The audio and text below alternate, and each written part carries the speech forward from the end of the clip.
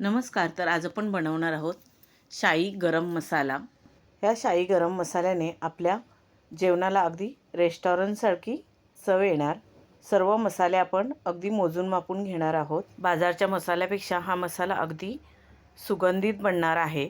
मी हे सर्व मसाले चमच्याने मोजून घेतलेत. हे मसाले आपल्याला भाजायचे नाहीत, अगदी हलकेसे गरम करून घ्यायचे. कारण मसाले थोडेसे गार पडलेले असतात, तर आपण हलकेसे गरम करून घ्यायचे. तुम्ही बघू शकता, मी अगदी हाताने हे मसाले हलवते. फ्राय पॅन पण जास्त गरम केलेला नाही.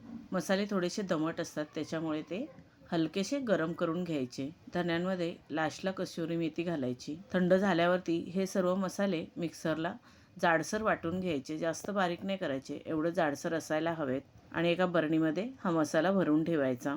बाजारात मिळतो त्याच्यापेक्षा पण भारी आपला हा शाई गरम मसाला बनून तयार आहे. तुम्ही नक्की बनवून बघा. धन्यवाद.